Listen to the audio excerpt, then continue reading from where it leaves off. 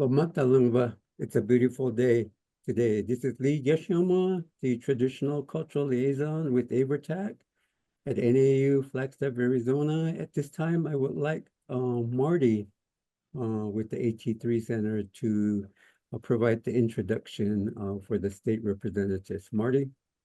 I don't know that Marty was able to get on. Okay, Kim? Sure. Hi, I'm Kim Singleton, and I'm the grant manager for the Association of Assistive Technology ACT programs, specifically the Training and Technical Assistance Center for those programs. And just a little background, if you don't know, every single state and territory has a federally funded Assistive Technology Act program with the charge of making sure that everybody in their state or territory, from twinkles to wrinkles, as I heard recently, in terms of an age range, that everybody gets an opportunity to learn about, try out, and hopefully access assistive technology that they may need. And this is a great opportunity. I'm so pleased that we're able to be here with all of you to see how we can best work together. And today with me is Alan Canoe, who's from Washington State, and Tracy, I can't say your last name. I'm so sorry. AIVRS. I'm going to have to learn it. Just call me Tracy A. Tracy A. Hi, Tracy is from New Mexico, and Lori Brooks is here with us from the Oregon State program.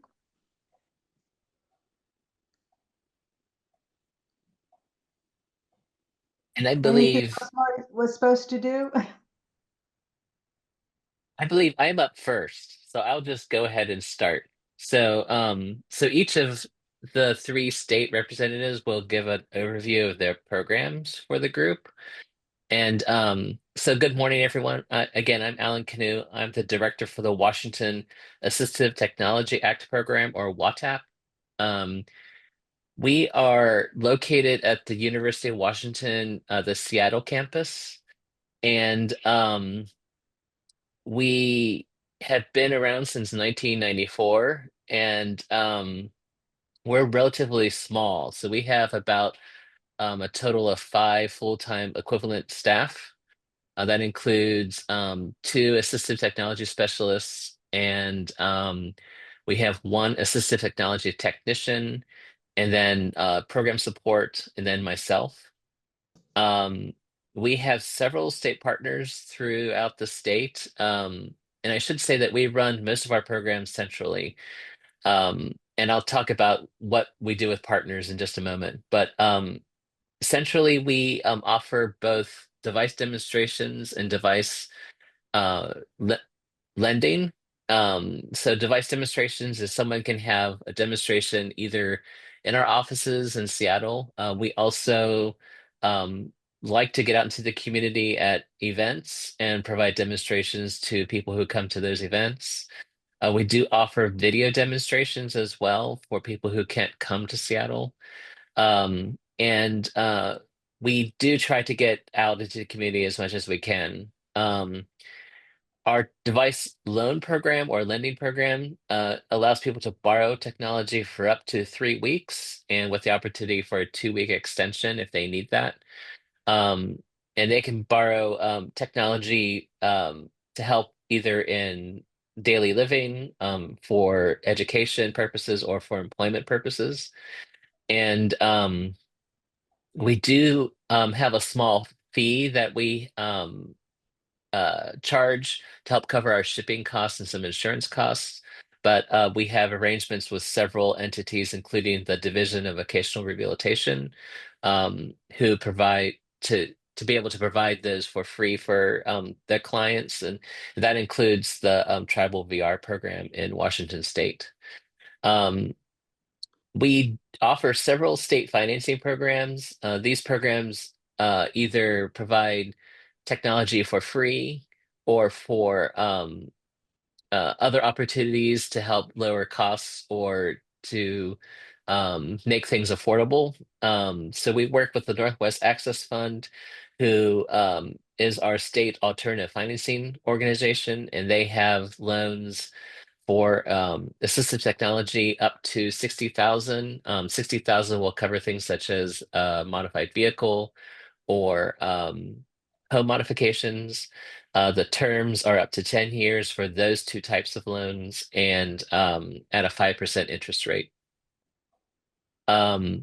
We also work with the Perkins School for the Blind to run the National Deaf Blind Equipment Distribution Program in Washington, or the ICANN Connect program, which provides telecommunications equipment such as smartphones, tablets, accessories, including setup and training for individuals who have combined significant hearing and vision loss. And we also offer a 3D printing program. Most of those devices are available for free, and we do ship those for free anywhere in the state. They are small daily living devices that we also provide the print files for, so people can print those devices at their local libraries and other maker spaces. We partner with several groups, community organizations around device reuse. So device reuse is where people can bring in or have technology donated, and then they refurbish the technology and then offer it back out to the community. We have one provider who does durable medical equipment, so things such as wheelchairs, walkers, scooters, etc. They are located in the greater Seattle area, but they serve a large portion of Western Washington. We also run the Evergreen Reuse Coalition, which includes several providers throughout the state with information about their hours and availability. We also work with the Hearing, Speech, and Deaf Center in Seattle to provide hearing aids. The hearing aids are donated and then refurbished and offered for free for people who could afford them otherwise. Our wraparound services include outreach and technical assistance, and then education. Education includes the opportunity for training and workshops. We do oftentimes charge for our training and workshops to help cover staff time and travel. But we try to make that affordable whenever organizations can't pay our usual rates. I think that's everything. That was a lot to cover, but you'll hear some repeats of some of the services through the other states as well. But thank you for your time. And I'll turn it over to Lori next. Great. Thank you, Alan. So yes, I'm Lori Brooks, and I manage the Assistive Technology Program for Oregon, or known as Oregon's statewide Assistive Technology Program. We're part of Access Technologies, Inc., which is a nonprofit agency that provides services throughout the state of Oregon. And like Alan, like you said, you're going to hear some repeats. We too provide free device demonstrations. Our demonstrations are provided either in our office here in Salem, or we take our devices on the road. We provide demonstrations where our consumers are. It could be at their home, it could be in their workplace, wherever they are needing the demonstration. That's where we meet with them. We also maintain a short-term device lending library. Our library has over 2,000 devices, softwares, and apps for individuals to trial. The intent is for people to be able to make a decision as to whether or not assistive technology is right for them. And whenever you're trying a piece of equipment, it's one thing to try it, say in our office, where it's kind of a controlled environment. But if you can take it to your environment, your home, your workplace, your school setting, whatever that might be, it might work a little bit different. Or it might have been, I don't know, that shiny new toy that you saw advertised someplace and you think, oh, that's the thing for me. And you get it, and maybe it's just not something you're going to use. So it's nice to be able to borrow it and take it home with you, try it, and really see if it's going to meet your needs. We too charge a nominal fee. So our loan program is set up for individuals to borrow a device for 30 days for a $9 maintenance refurbishment fee. And then they have the opportunity to extend that device loan for another period of 30 days or a little bit longer if they're still needing it, say while their funding's coming through or something like that. Once they have met their 30-day trial period, then there's a $20 a month charge for the person to continue to maintain that rental period. We also ask our consumers to cover any shipping costs, but they also have the opportunity to meet with our folks when we're in the field. We have people stop us along the freeway and exchange equipment in the pullout someplace, or we meet in a restaurant someplace. Anything we can do to help people to save money and to get those technologies into their hands is what we will do. We too partner with the Northwest Access Fund out of Washington to help bring in funding resources for Oregonians. And we work with the National Deaf Blind Equipment Distribution Program. We are the ICANN Connect program for Oregon, providing anything telecommunication related for individuals with combined hearing and vision loss. We also partner with the local Aging Disability Resource Connection centers to provide social isolation and loneliness projects. So we've been doing this since COVID under some state federal grant dollars, where individuals are receiving no cost laptops, tablets, robotic pets, and training on their technologies to allow them to be able to use those devices to reduce isolation and loneliness. We too offer professional education services. So we do training opportunities to businesses, agencies, and schools that allow them to learn about assistive technology in general, how to acquire funding for devices, as well as methods for developing accessible print and digital materials. Under our nonprofit umbrella, we offer fee-for-service assessments and trainings that are designed to help businesses set up ergonomic workstations to help their employees with disabilities to be able to work in a more medically safe manner. And we do this wherever their offices may be. And that ranges from your typical office settings to orchards and wineries to airline facilities. And our job tasks range from of the people that we serve on our assessments. Those job tasks range from individuals who perform data entry, who are teachers, who work in daycare settings, those who are tattoo artists, nail technicians, dog groomers, truck drivers, automotive technicians, you name it, our folks are on the road doing that. And we too are a small staff. There are 6 employees besides myself, and 3 are the folks who are on the road a lot. 1 is our digital divide coordinator, and then I have my office manager and my office specialist. So yeah, thank you so much for letting us come and share our little insight in our world with you guys. And now I'll turn it over to our friends in New Mexico. Yep, there's Tracy. Thank you, Lori, and thank you so much for inviting us here to collaborate and work together and understand each other better. So I won't repeat in detail. Lori did a good job and Alan did a good job of kind of describing our core services. The device loans here in New Mexico are available to anyone, anywhere in the state. And I do like the twinkles to wrinkles that Kim brought up. So we don't charge anything for device loans. We FedEx them back and forth for free. You can borrow something for up to 45 days because we realized in New Mexico, if somebody's working with a therapist or they just need more time, maybe they weren't feeling well, to try something in their own environment to see if it really works before they buy it.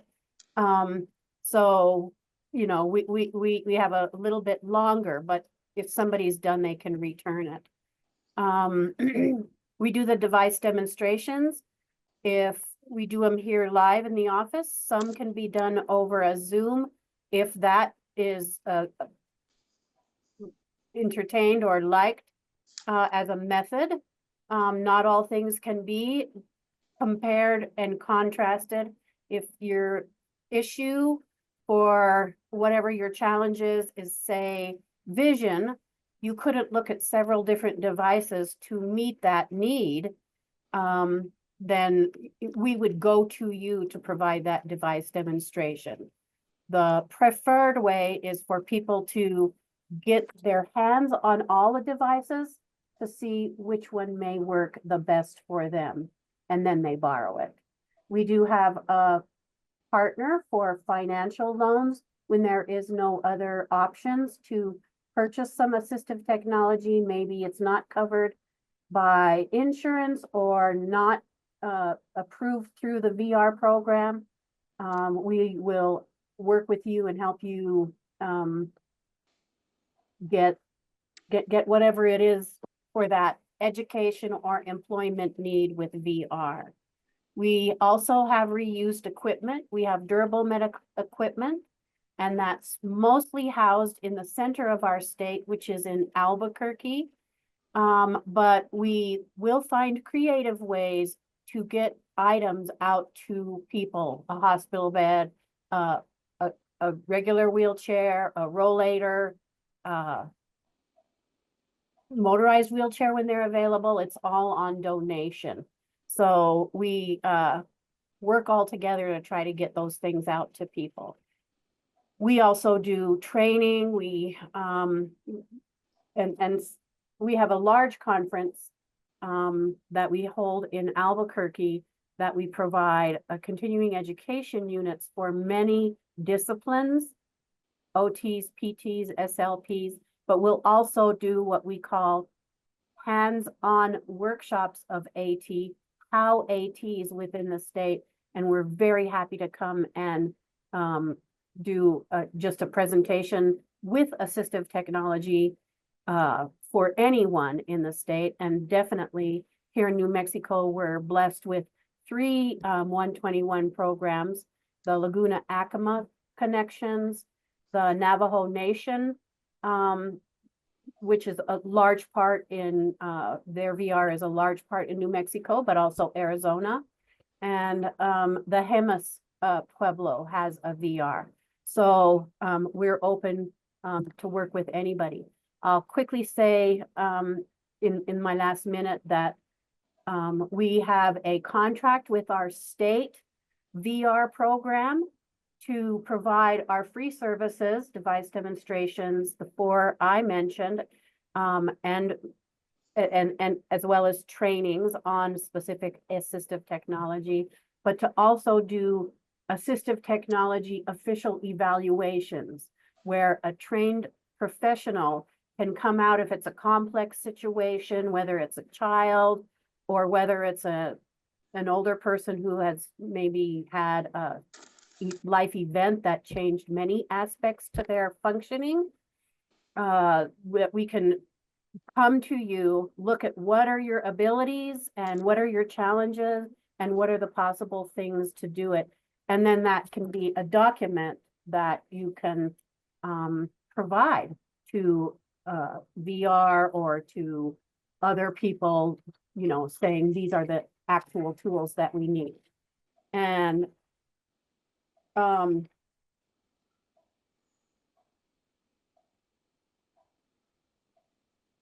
sorry for that. I very much apologize. And so if any of the 121 programs has a collaborative working for one person with a disability or a challenge in their life, they can access those AT fee-for-service evaluations. Our other services that are free are open to everyone.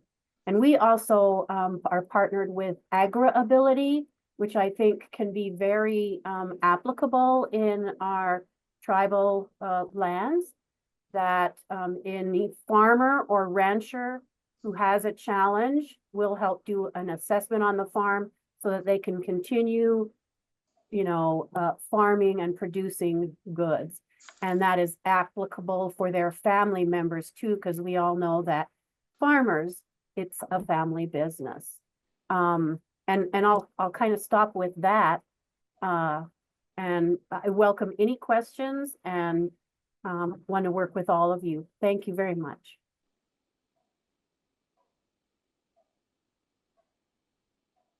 Thank you, Ellen, Laurie, and Tracy, for your presentation. After the next presenter has completed her sharing of information, we will then start the talking circle and address any comments or questions that may have been posed by the attendees so far. At this time, we will have Susie Calhoun, Director for the Confederated Tribes of the Umatilla VR program, located in Pendleton, Oregon, to talk about the tribal vocational rehabilitation programs and their need for AT services. Susie? Good morning, everyone. I'm Susie Calhoun with the Confederated Tribes of the Umatilla Indians.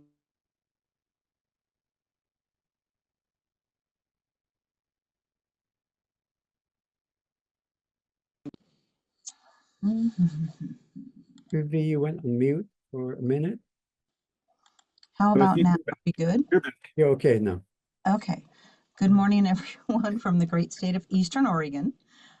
We live at the far east of the state, so we are pretty rural, and I want to say good morning to all my family on here. The 93 tribes, there are so many more that don't have this program of VR. So for the 93 that do, we are a family, and we're a family through services. We are a family through our beliefs and providing the cultural aspect that the state can't provide to our tribal members. So it's good to see everybody here today. I'm going to just dive into what we do with access technology. Because we are over 160 miles away from where Lori's at, and Lori, it's good to see you. We work very closely when we have someone that's needing access for many different reasons. So a lot of times we work with our partner, the State of Oregon VR, in making sure that if we have a dual client, that between the two of us, we're going to make this as simple and easy for that person going to get the needed technology that they have to have. I have an example of a client that, and it's not even a client, it's a tribal member, family member. It's hard for me to use the word client when we work so closely with the people that we work with. So having someone that had left high school, was entering college, and through the Innovative Career Advancement Program we call ICAP in Pendleton at our community college, this person is deaf and needed all sorts of help to enter into their college career. We are very fortunate that Lori's staff is very willing to come across the state. They were able to provide this student all of the different needs for him to be successful in his college career. He's now leaving that college career, did great within the course, but he would have never ever been able to do the course. And it's a welding course that he took. So now we have a welder that is going out in the community, and with the technology provided, he now will be using that as he goes into employment. So very, very important to the people we serve and the members of our communities. I need the states to understand that each one of our grants is different and unique to our own communities. So working with the tribes, we hope that you understand that we are asking, and not always are we going to have our state partner when we ask. It will be us. In Oregon, there are 9 tribes and only 5 of us have this grant.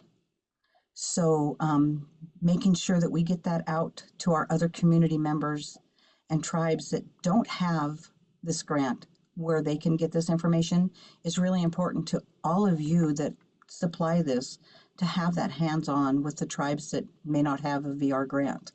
So on your side of it, I would ask that you make sure that you look at your states and talk to your partners and let them know that every state has a lot of reservations and this need should be offered to all.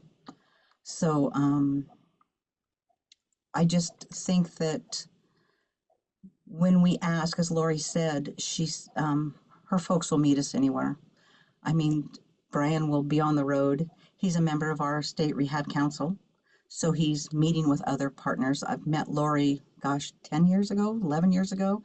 She was the chair of our state rehab council. So we've had this relationship going for quite a few years, and I hope it's not unique to my other tribes that these relationships are happening.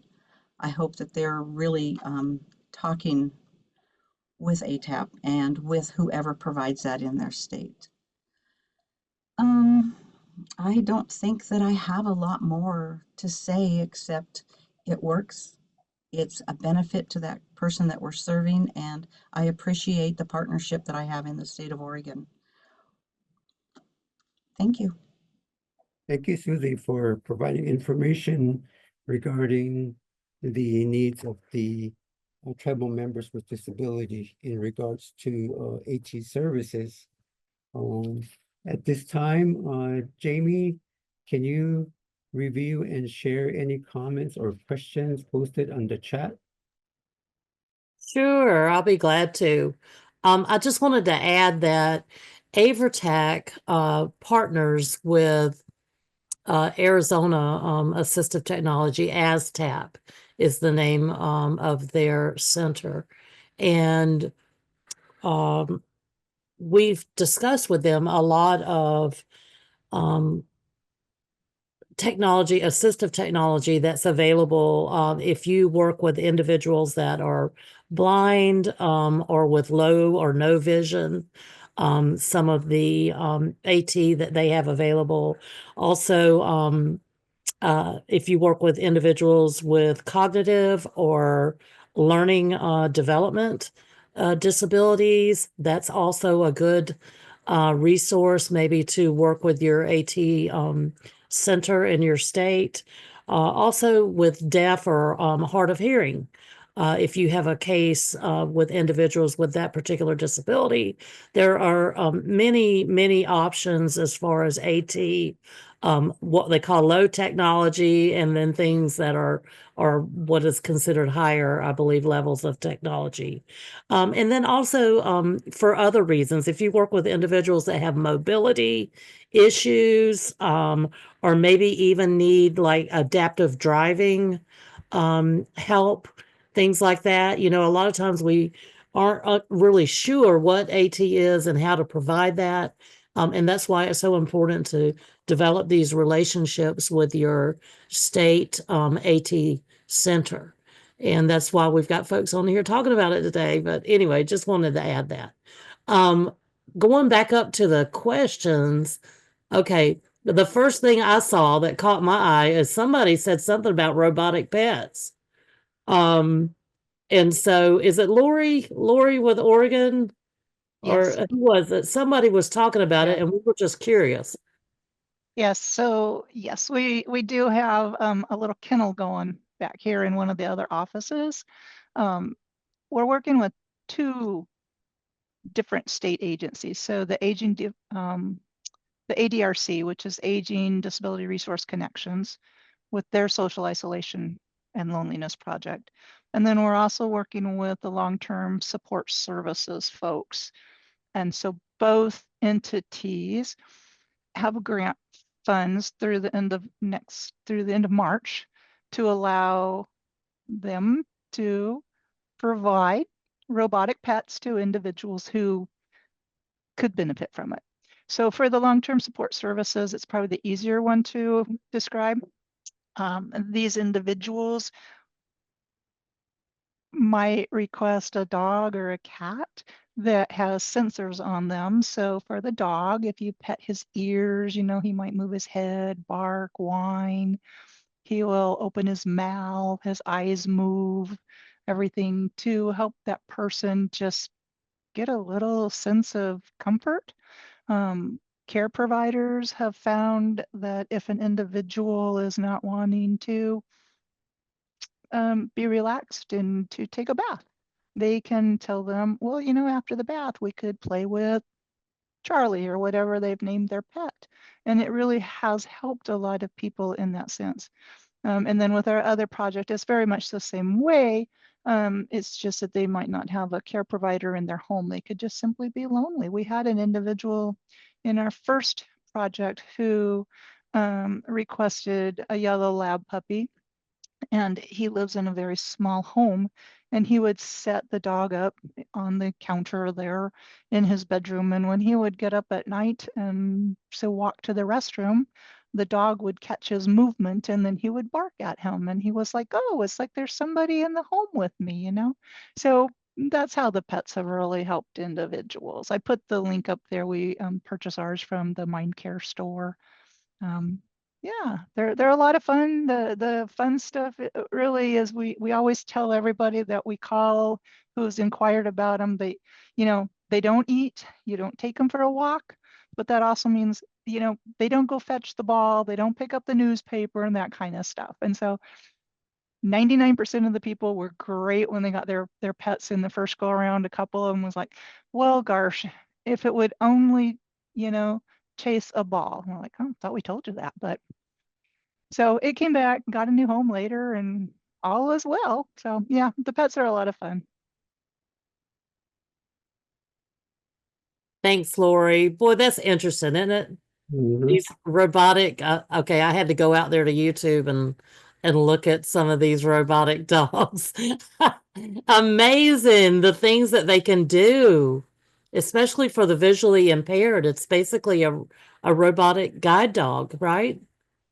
There are more advanced ones than what this program is providing. Yeah, we looked at them and went, oh, wow, we'd like to have one of these other ones, but we kept it pretty low key because, again, you got to remember this is for individuals with dementia, Alzheimer's, something like that. So it's really the ones that are designed to sit in their lap, and they'll make blankets for them and buy them little stuffies, and it's just incredible what people will do with their companion pets. Mhm. That's And, awesome. Yeah, and the thanks for cats asking. purr. The cat's purr. Yeah, thank you, Alan. The Yeah. cats purr, which is very comforting to a lot of people. So and the robotic pets aren't very expensive, so so people can borrow them in Washington, at least to try to make sure that it's something that they would like before they actually purchase it. So That's amazing and something I had never thought about. Mhm. I know, like in the memory care facilities, if you visit a loved one or if you happen to be there, I've noticed recently in the last few years, um, sorry, my YouTube's running. I've seen individuals carrying baby dolls. And they said that, you know, that something about that is just comforting to them. And so they can feel some sort of comfort, or I'm not sure. It's definitely an emotional support of some sort for individuals with dementia or Alzheimer's. So yeah, that's great. Susie asked about connecting youth okay, first, wait a minute. Bambi said, I'm allergic to cats, but when my sister's cats purr, it's soothing. So that's a great feature. You can get a cat, Bambi, and not be allergic to it. That's awesome. Susie, would you like to talk a little bit about connecting youth early in their early academic career or school years? You had asked about that. Yeah, Lori, I know that in Oregon, that in the schools as well, for all sorts of different practices. And I'm not sure if the ESDs connect with you, or is it family members that are connecting and making sure that kids have that technology so that they, from their beginning of school, are able to participate and be integrated in the school experience. Right, right. Thanks, Susie. So yes, both family members, and the ESDs, as well as schools themselves will connect with us when they're looking for some particular technologies. Or maybe the parents have been going through that IEP meeting with their student and they're just wondering if there's something else out there that maybe the team hasn't identified. So we do work with the parents. We can be brought in as a technology person. So we're not supporting just the school, we're not supporting just the parent and their child, but just there to talk about technology solutions. We were also able to partner with some different agencies and provide a small library of equipment that they can then check out. So we worked with the Southern Oregon Education Service District and provided them with some equipment, September, October, something like that, so that they would have some different technologies to get out and into the hands of the students. They're using them with their IEP meetings and then also being able to check them out. So kind of like our library, but just something that they themselves can handle themselves. We did it also with an SLP, a speech language office that is south of us, because they were seeing individuals who have graduated from high school that had communication devices throughout school, but once they got out of school, they didn't have a device. So we provided them with a couple of iPads. They were able to purchase some communication apps, and then they're basically starting completely over with the people with their speech language assessments, and then having some technology that they can then check out and let the young adults be able to use them while they're working through the funding sources. So yeah, it's just, you know, like you're hearing, it's all about getting that technology in the hands of people so that they can be successful in whatever avenue of life that they're going into. Yeah. Thanks, Susie. Thank you so much, Lori, for that information. Quickly, if anyone has the YouTube open on their computer, some folks say they're hearing it. So mute, if you can, mute yourself. Tracy, yes, your hand was up. Thank you so much. Yes, we're connected with schools all around New Mexico as well. And they often have their own little small group of items that they use with students. And we are an extension to that to try other new things, or if particular item is already being used by a student, we can supplement that from K through 12 and in higher education. We also have, I don't know if other states have this, but we have EPICS, which is education for parents of Indigenous children with special needs. And we have an ongoing relationship with them to make sure that, you know, the tribal people know that we are here as well. So it is, Lori's right. It's all about getting assistive technology in someone's hand to let them do what they need or want to do. And we, you know, we do the young children, preschool as well. So, and of course, older people. Thank you so much for listening. Thank you, Tracy. That was very helpful. Alan, I see your hand is up. Yes, hi. I just wanted to mention in Washington State, we actually have a state-funded entity that serves the schools and school districts called the Special Ed Technology Center. We do partner with them when needed, but they do provide technology to school districts, to the special ed teachers, and they also do consultations with families to help determine what technology needs are for K through 12. And there are some nonprofits that work with younger kids and technology needs. So we have that information. If people need those, we can connect them.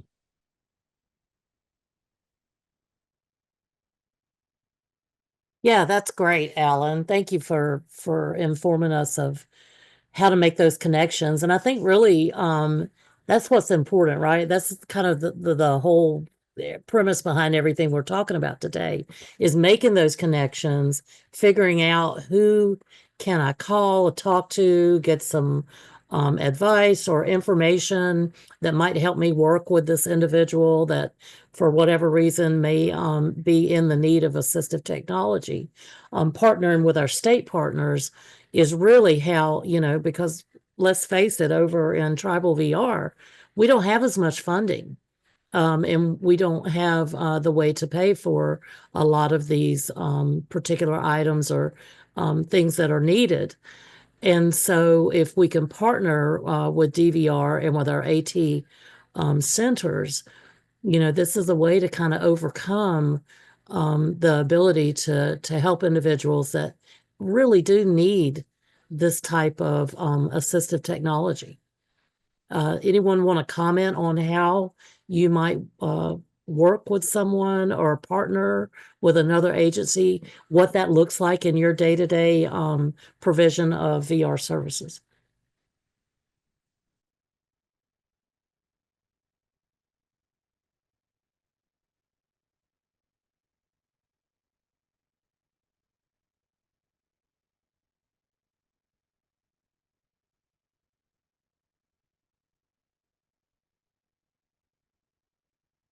Me, Jamie?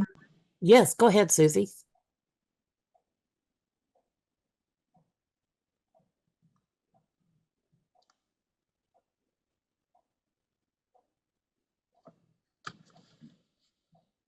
Can you guys hear me?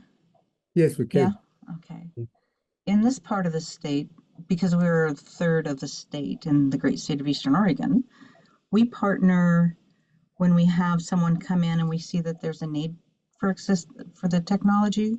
We get a hold of our state partner because usually we are at a point where that person is moving into a career path. And again, with the ICAP grant, the state of Oregon is responsible for the payment for that for the student. So they have to come through that door. So as a dual client, we then look at what that need is. When we know that we're going to have someone coming from Lori's office, we talk to because we're a third of the state, our other partners on I-84 that might have that need or been talking with somebody. So we talk with LeGrand and Baker in Ontario down into John Day to see if maybe they have clients also, because we don't want to waste someone's travel time, have them come to one office in the state of Oregon and then have to move forward. The families are always so grateful because a lot of times we just don't know about these things and that they're available. So by getting one family services, we know that that's going to carry across the Moccasin Telegraph that, oh my gosh, did you know this can happen for your child? We can get this. And so with that, we share information out, as well as, again, sometimes it's on a daily basis that I work with my state partners and network with our education department, as well as our tribal health clinic. Because no matter where you're going to capture someone that has that need, you have to be, as a program manager, I know that I have to walk in all sorts of different offices or keep those relationships very, very close so that we do access what we need for the community members that we are serving. Thank you, Susie. That's great advice. Thank you for sharing that. Kim, do you want to talk a little bit about, I saw your question over there in regards to AIVRS projects and increasing awareness in tribal nations. Do you want to talk a little bit about that? Well, I'm just wondering if anybody has any suggestions or advice for the AT Act programs to better serve the folks that y'all serve, if that makes any sense.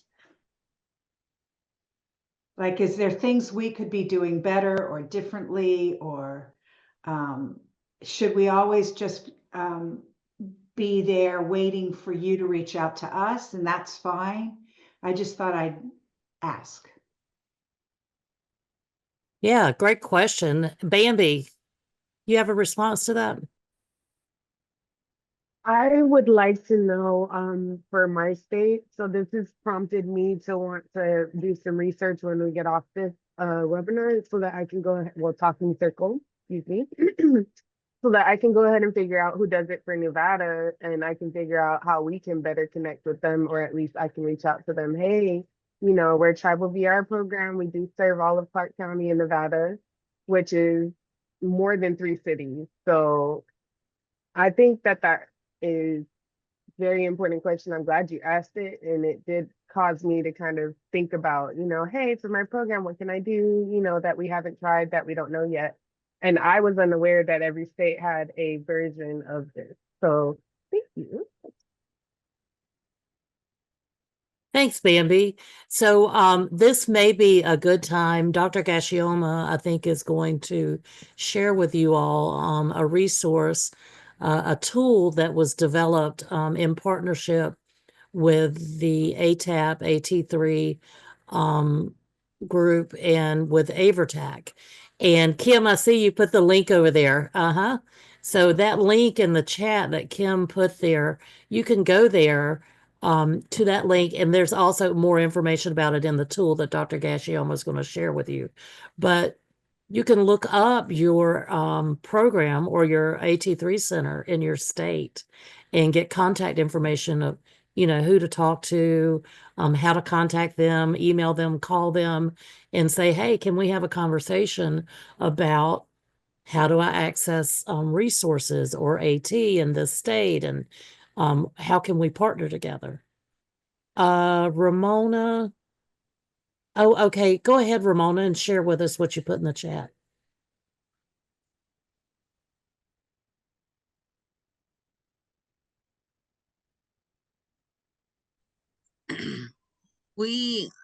I tried to get a hold of the Idaho, this is a few years back, and I never got no response from them in regards to getting some assistive technology stuff, or what they do or what they can do to help our people out here. Sometimes people don't consider us as rural because we're between 2 cities, but that's, 15 miles one way and 20 miles another way. So it makes it difficult for our people to get there with transportation issues, and maybe because they like to drive their car. So I'm sorry, go ahead. I was just wondering how we can develop that partnership with the Idaho technology or assistive technology, or if we have one locally in our area. I'll do some more research on that and see where we can find it. You do have one, and I put my email address in the chat. Okay. Feel free to email me, and I'll make sure that you guys are connected. Okay. Will do. Thank you. Sure.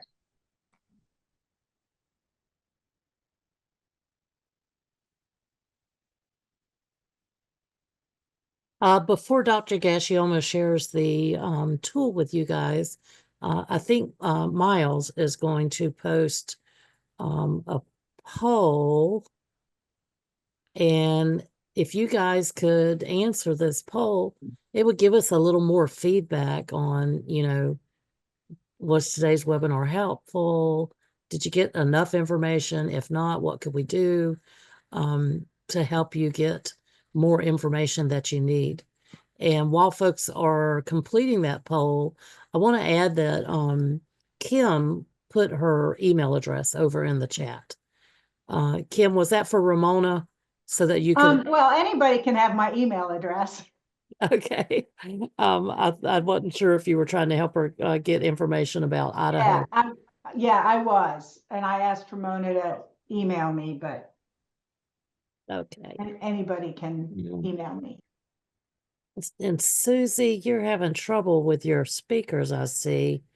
Oh no, and the CC option isn't working either.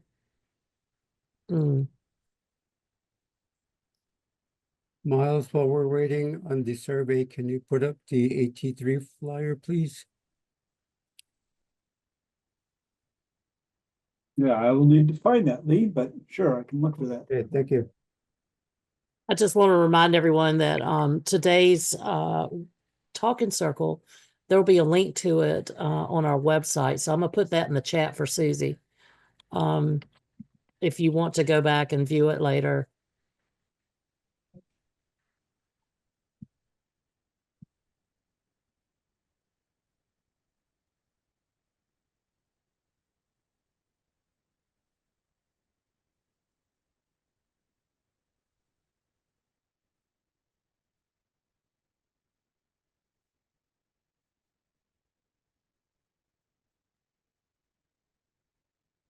Lee, is that the flyer you had in mind? Yes, thank you.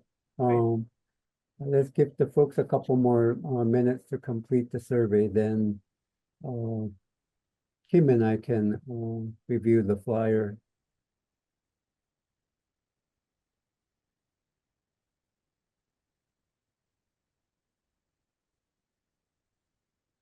Hey Lee, this is Michelle. I was just wondering with the pets, have any of these centers worked with the more I guess the more advanced robot pets that are just coming on the market, that they're trying to work with service dogs? I've seen a little bit of that, but I didn't know if any of them had worked with them yet. This is this is Lori from Oregon. We have not yet. And this is Alan. We haven't either. We're familiar with them. I think part of it is the cost of actually having one is a bit prohibitive at this time. But robotics is one of these fast evolving areas of assistive technology that we kind of keep a watch on because the prices are coming down, costs are coming down, they're becoming more affordable than they were even just a year ago.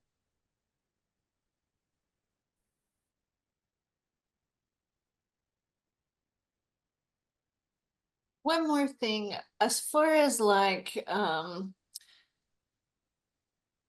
GBT and things like that, do you guys work with a lot of that AI stuff with different participants? Just wonder how much that plays into assistive technology at this point.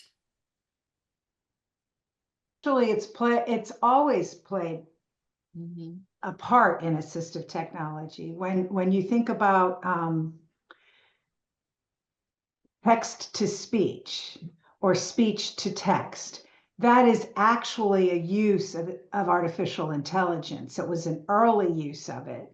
And there are many ways that the developing assistive technology uses some of those tools in their development. It's a whole thing. Yeah.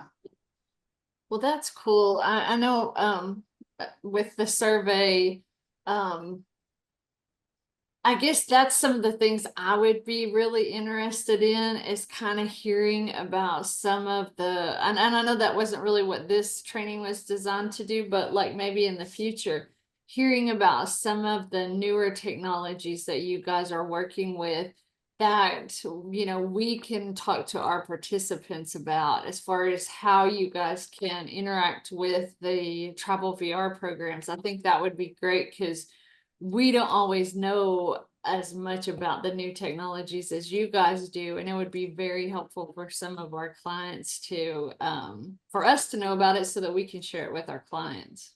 Sure. One of the big trends now that's on the newer end is the use of 3D printers to actually make assistive technology and make it available. I know Alan said that they print off devices for people and send them out free of charge, right, Alan?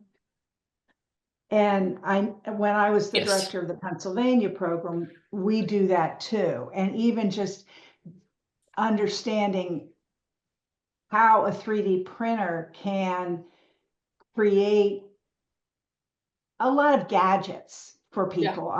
When my mom was alive and she had severe arthritis, we built up something so that her key for her house was encased in it so that she could turn the key. And that's the kind of stuff that we can do and often provide and it is on the newer side of what's happening. That's cool. My son is in robotics, and so they are doing all the 3D printer stuff. So it's amazing what they can make. He made me cookie cutters. A lot of files out there to make all of this stuff. Makers Making Change yeah. has a lot of files. So yeah, check it out. Very cool.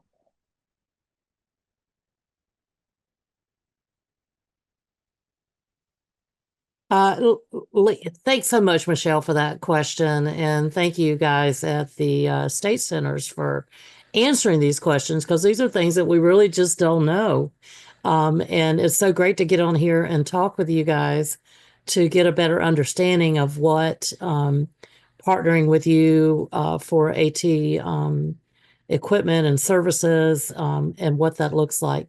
I'm not sure if Lee wanted to go over the new tool that will be on our website for you to download, print, or look over. But we also, Carol Borquist is here. Borquist, she is a director with Tribal VR. And Carol, I don't know if you saw my question over in the chat. And I don't want to put you on the spot here. But you do know a lot. And so we ask you sometimes to chime in. But looking at assessment for AT, what does that look like? Do you partner with DVR? Because we really don't have the funding for a lot of assessments and things like that. But you do need to have, the need for AT assessed. And what does that look like? And then you get a recommendation on what equipment is compatible or, do you want to talk a little bit about that, Carol, or not? It doesn't matter. Uh-oh, you're muted. I think Casey was on earlier too. I'm not sure if she's still on, or if Kelly Blackwell is on. She's our Michigan, the director of AT program in Michigan. She was going to join us today too. I can only see part of the participants. So anyway, I guess I can explain a little bit about how it's working right now in Michigan. We have an AT program, and we actually, the director of that program, her name is Kelly Blackwell, and she had registered for this seminar, but and she and I are also work together on the State Rehabilitation Council. Since there's only one program in Michigan, there's only one 121 program in Michigan, and I'm the only director in Michigan. I've been on the council most of my life, but and Kelly is a current SRC council member. So we have known each other, and she also is a very frequent presenter of the AT in Michigan to the vocational rehabilitation conferences at our annual conference, statewide conferences. She's quite active, I should say. And her team has a mobile unit, and they have come to the Hannahville Reservation and done a demonstration at our center. And they're coming back again this spring. And they come up to the Upper Peninsula. We're in the Upper Peninsula of Michigan, if you know the mitten, we're the top of the mitten with the other mitten at the top. And she has a staff that likes to come to the Upper Peninsula, so they don't mind driving to remote locations. And she's going to, they're coming back this spring. We usually don't schedule these things in the winter. But we moved to a new tribal health center and administrative building in the last few weeks. We've all been moving. So we're waiting until we kind of get settled there, and then they're going to come and do a demonstration. Usually we partner with also our closest independent living center, who also has some IT connections and training, and they're going to come and do a demonstration for the tribe. So, because there's a lot of people that aren't necessarily customers and clients of our program that also have AT needs. perhaps our elders. And, so it's bigger than just the VR program. So we're excited about that. We haven't had that many clients over the years that have been in need of some serious AT interventions. So most of the AT we use is with college students, and it's more or less about note taking and things that we did have one person that also needed. She had only use of one arm, so I worked with AT and doing an assessment. At that time, we had to reach outside of our state to a consultant in Wisconsin to come in and work with her specifically, because we couldn't identify anyone locally that could come and do that type of assessment. Now we would start with our local independent living center, and also we're trying to become more knowledgeable as a program about AT, and so hoping in the future we can have more partnering with the AT program in Michigan to do that. There used to be a center near us in Marquette, and they were about 4 years ago, they were closed down. They lost their grant funding, and they provided AT services for all the special education programs in the Upper Peninsula. And so now our special ed students don't have a good AT program connected with the schools, which is really disappointing, because in every IEP form in Michigan, there is a consideration that you have to check off is, does this student need an assessment for AT, or, and so you have to say yes, no, and if not, you have to provide information and make sure you can offer that. And every intermediate school district has somebody that is their AT specialist, but they're not necessarily all that knowledgeable in AT. They're not trained in that area. So usually, like the AT people we worked with before, they're mostly like maybe occupational therapists or a physical therapist combination that can do a lot of the AT. But it's just expanding so much with all the artificial intelligence things coming out now. And we're not anywhere near expert on any of that. So we're trying to learn as we go. The things that when Kelly and her AT team came to Hannahville, they had a big van full of stuff, and they also do a lot with recreation, like adaptation, so people can go fishing. People can go hunting, because that's where we live. And so they have a lot of and they'll go around to different communities and do those demonstrations on request. And we try to then involve, like this time we'll reach out more, because we know more what to expect, and we'll have a bigger place to have it and all of that when they come. But we have to deal with that in terms of everyone. And I know the question came up about, is this something that we should consider with each IPE? And I think that's a good idea.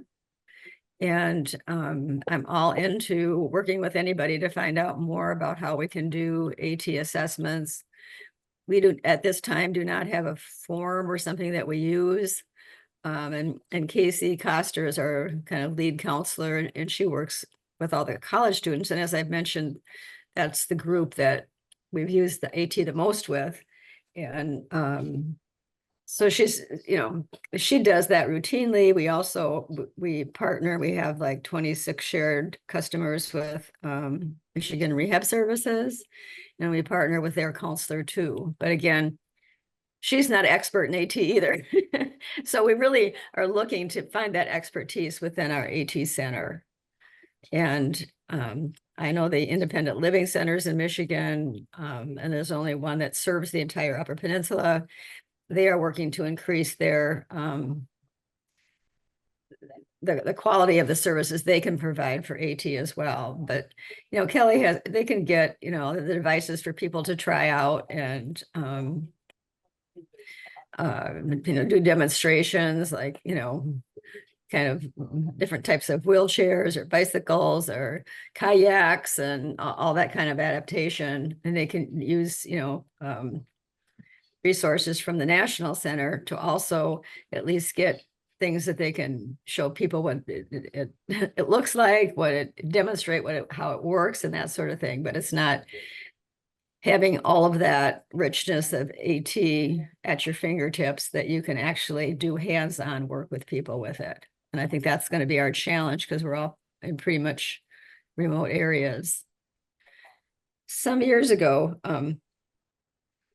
I actually had a contract to do a survey of AT in Michigan. This is kind of before, well, not before, but kind of early on in my work with Hannahville. And we had a grant from the state, and I worked with a couple of other people that were researchers that were people with disabilities. And we went around and we went statewide, and we visited, I think it was 11 different places, communities in Michigan, and we did focus groups on AT. Now you can imagine it was some time ago, we didn't have all of the computer stuff that we now have nowadays, but we started out and we really suspected that talking with these groups of people throughout Michigan, they're going to want, they're looking for like some high tech, like hovercraft wheelchairs, or, this is what we thought the results were going to be. And to our surprise, they weren't. What people really wanted was things that help them in their daily living, independent tasks. How can I get on my socks? I mean, that was, they weren't looking for some fancy, expensive thing. And they were looking for like, how can I do things in my daily life that make my life easier, where I can be more independent and do things myself. And we were surprised at that was what people wanted. And I don't think that's changed today. So, I talked with Lee a bit about this, and with Kelly and with Casey, and we're looking at kind of in the year ahead, working more together and working on things because I think there's things that maybe we aren't, since we're not aware of the technology, we can't identify needs that might in people that we work with that may be solved or assisted with by assistive technology. And we'd like to get better at doing that. And I think that, through maybe expertise, I mean, like the best way for us to kind of get together and do something is this type of thing, a talking circle or a webinar, or people can do different demonstrations. And we'd like to develop that specialization within our program. And I'm sure that all of you have the same types of needs, and maybe somebody that takes a special interest in that in your staff, that at least there's, one or two people that are more expert at assistive technology. So that's where we are today. Thank you, Carol. That is very helpful. And this is how we learn from each other, right? We just get on and kind of talk about stuff. Lee, my apologies. I just realized that we were scheduled for an hour instead of an hour and a half today. And so do you want to go ahead and get started with the tool? Yes, it was up on the screen, but now it's gone.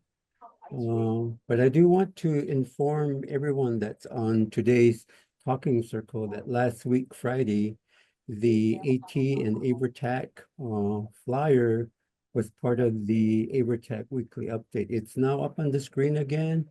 We developed this one-page flyer with Kim and Marty from the AT3 Center. And this is basically trying to present the need for AT services and the process that we would recommend or suggest for the 121 programs to consider with the involvement of the state AT centers as to how you can partner together to assess and to identify the AT needs for individual consumers or participants and what the outcome would look like. I believe there has been some information that hit on how the IEP or the IPE is a part of identifying the need for AT services. So having said that, I do want to thank the 3 state AT representatives, as well as Susie Calhoun, for being with us today. for making yourself available to share the very relevant information that I believe the tribal vocational rehabilitation programs are in need. For some of you, 121 programs, you may recall seeing Marty and Kim at the 2023 KNAR annual conference in California. They did a breakout session as well as at a vendor center. So they have made efforts to partner with the 121 programs, and in the upcoming months, we will make additional plans to share information with you based on your needs. And I would suggest to the state partners, to Kim and Marty as well, that we consider additional plans to move forward in making sure that we partner with both agencies. I believe this was a good demonstration of the need to partner together. And I think it's very important that we include the key players, meaning the AT state representatives, as well as the 121 tribal program, to come together in this type of gathering, to have a dialogue and to share among themselves the need for AT centers and how you can partner together. So with that, again, I want to say thank you in the Hopi language, and thank you for completing the survey. If the presenters could stay on just for about maybe 5 additional minutes, I would appreciate that. And for the rest of the folks, have a great afternoon, and hope you are enjoying the cool weather or the warm weather, depending on where you're at. Thank you.